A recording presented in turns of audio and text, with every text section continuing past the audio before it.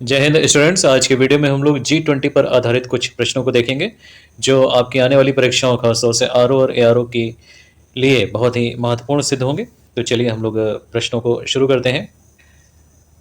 तो सबसे पहले G20 के बारे में जान लेते हैं थोड़ा सा। तो G20 शिखर सम्मेलन वैश्विक नेताओं और G20 के सदस्य देशों की एक वार्षिक सभा होती है, ठीक है, जिसमें 19 व्यक्तिगत राष्ट्र और यूरोपीय संघ के देश शामिल होते हैं। तो 19 और 1 20। G20 शिखर सम्मेलन का प्राथमिक उद्देश्य क्या रहता है? जो वैश्विक वित्तीय और आर्थिक चुनौतियां होती हैं उनका समाधान करना। वैश्विक नेताओं को वित्तीय स्थिरता, सतत विकास, जलवायु परिवर्तन, व्यापार नीतियां आदि जैसे महत्वपूर्ण बिंदुओं पर, मुद्दों पर चर्चा करने के लिए एक मंच प्रदान करने के लिए कब स्थापित किया गया था G20? 1999 में। कब किया गया था? 1999 में। ठीक है, ओके, आगे बढ़ते हैं हम लोग। पहला प्रश्न है कि G20 शिखर सम्मेलन 2023 क्या है? तो G20 शिखर सम्मेलन एक अंतर सरकारी संगठन है जिसमें कुल कितने देश हैं? 19 देश हैं और यूरोपीय संघ शामिल है, जो वैश्विक आर्थिक चिंताओं को दूर करने पर केंद्रित है। अगला प्रश्न देखते हैं, 2023 में कौन से देश G20 शिखर सम्मेलन के सदस्य हैं? तो यहां पर हम लोग देख लेंगे कि सदस्य कौन कौन से हैं। Argentina, Australia, Brazil, Canada, China, France, Germany, Bharat, Indonesia, Italy, Japan, Korea, Mexico, Russia, Saudi Arabia, दक्षिण अफ्रीका, टर्की, यूनाइटेड किंगडम और यूएसए, और इन सबके साथ यूरोपीय संघ। ठीक है, अगला प्रश्न है, G20 शिखर सम्मेलन 2023 कहाँ आयोजित किया जाएगा? तो नई दिल्ली के प्रगति मैदान में ITPO का जो कन्वेंशन सेंटर है उसके अंदर भारत मंडपम बनाया गया है, वहां पर इसको आयोजित किया जाएगा। कितनी बार आयोजित होता है? तो वर्ष में ये एक बार आयोजित होता है, नहीं प्रतिवर्ष आयोजित होता है। जो G20 शिखर सम्मेलन है, बहुत इंपॉर्टेंट प्रश्न है ये, उसका विषय क्या है? तो उसका विषय है वसुधैव कुटुंबकम। क्या विषय है? वसुधैव कुटुंबकम। ठीक है, इसका अर्थ क्या होता है? एक पृथ्वी, एक परिवार, एक भविष्य।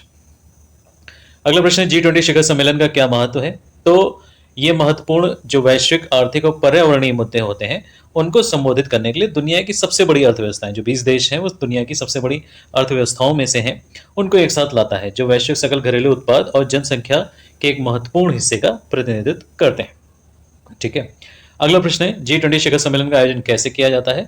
तो 2 ट्रैक के माध्यम से होता है, यहाँ पे ध्यान दीजिएगा, 2 ट्रैक के माध्यम से संचालित होता है। एक होता है फाइनेंस ट्रैक, जिसका नेतृत्व कौन करते हैं? वित्त मंत्री और सेंट्रल बैंक के गवर्नर करते हैं। ठीक, और दूसरा ट्रैक होता है शेरपा ट्रैक। कौन सा? शेरपा ट्रैक, जिसका नेतृत्व शेरपा करते हैं, जो राज्य के प्रमुख होते हैं। हर राज्य का मतलब हर देश के क्या होते हैं? प्रमुख होते हैं। तो 2 ट्रैक हो गए, एक फाइनेंस ट्रैक और एक शेरपा ट्रैक। ओके, अगला देखते हैं, 2023 में G20 की अध्यक्षता किसके पास है? तो भारत के पास है ये अध्यक्षता।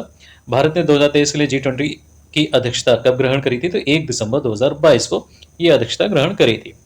G20 शिखर सम्मेलन राष्ट्रों के बीच सहयोग को कैसे बढ़ावा देता है? तो ये जो G20 शिखर सम्मेलन होता है, नेताओं को वैश्विक आर्थिक और पर्यावरणीय चुनौतियों पर चर्चा करने के लिए, उनका समाधान करने के लिए एक मंच प्रदान करता है। ठीक है, और सहयोग को बढ़ावा देता है। इस तरीके से ये सहयोग को बढ़ावा देता है।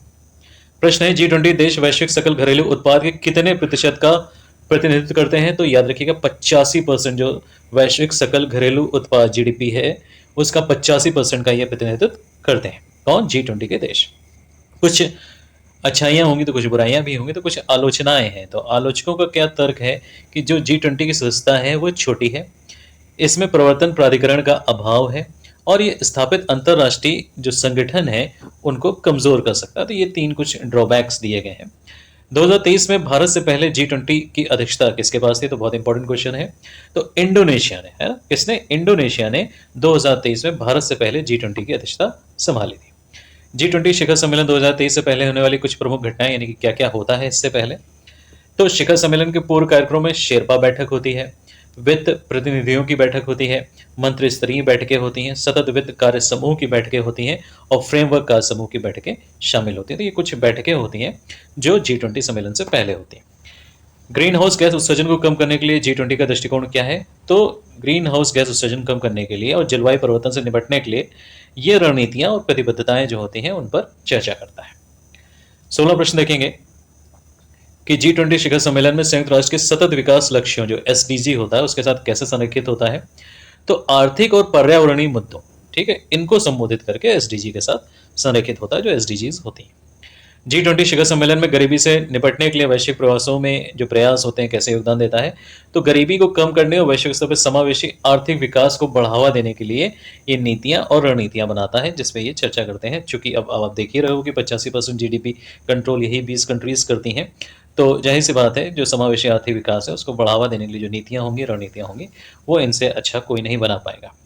ये अभी जो सम्मेलन हुआ है G20 का शिखर सम्मेलन कब हुआ? 9 सितंबर और 10 सितंबर तक होने वाला है या हो चुका है। आज जब वीडियो बन रहा है तो हो चुका है। वर्तमान अध्यक्ष कौन है?